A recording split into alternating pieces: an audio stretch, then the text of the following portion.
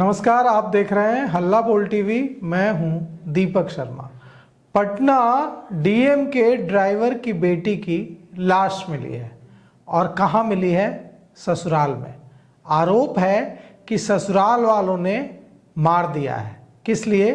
तो चेन के लिए, अंगूठी के लिए और कार के लिए। इतना ही नहीं, जिस तरह से सूचना दी गई बेटी के पिता को, वह भी झकझोरने वाला है।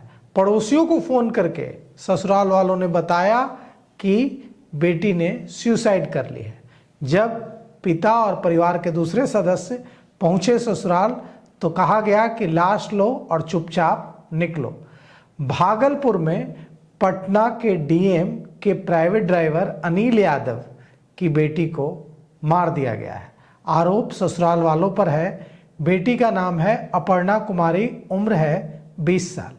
ससुराल में लाश मिली है और परिजनों ने इसे दहेज हत्या का मामला बताया है। बेगूसराय के साहेबपुर कमाल थाना क्षेत्र के बाबू बरही गांव की रहने वाली अपर्णा की शादी सोनू कुमार से हुई थी। अब इस मामले में पिता ने 0 माइल थाने में पति, सास और ससुराल के दूसरे सदस्यों पर दहेज हत्या का केस दर्ज किया है। आरोपी पति की अरेस्टिंग हो गई है और पुलिस ने पोस्टमार्टम के बाद शव को परिजनों को सौंप दिया है।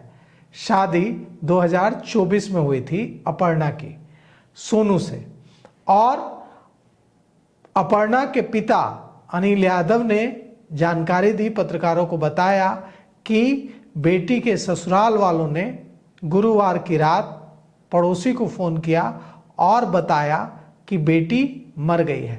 हमें जब सूचना मिली तो हमने दामाद को कॉल किया, लेकिन फ़ोन रिसीव नहीं किया गया। हम पटना से देर रात निकले। शुक्रवार सुबह 9 बजे भागलपुर पहुँचे।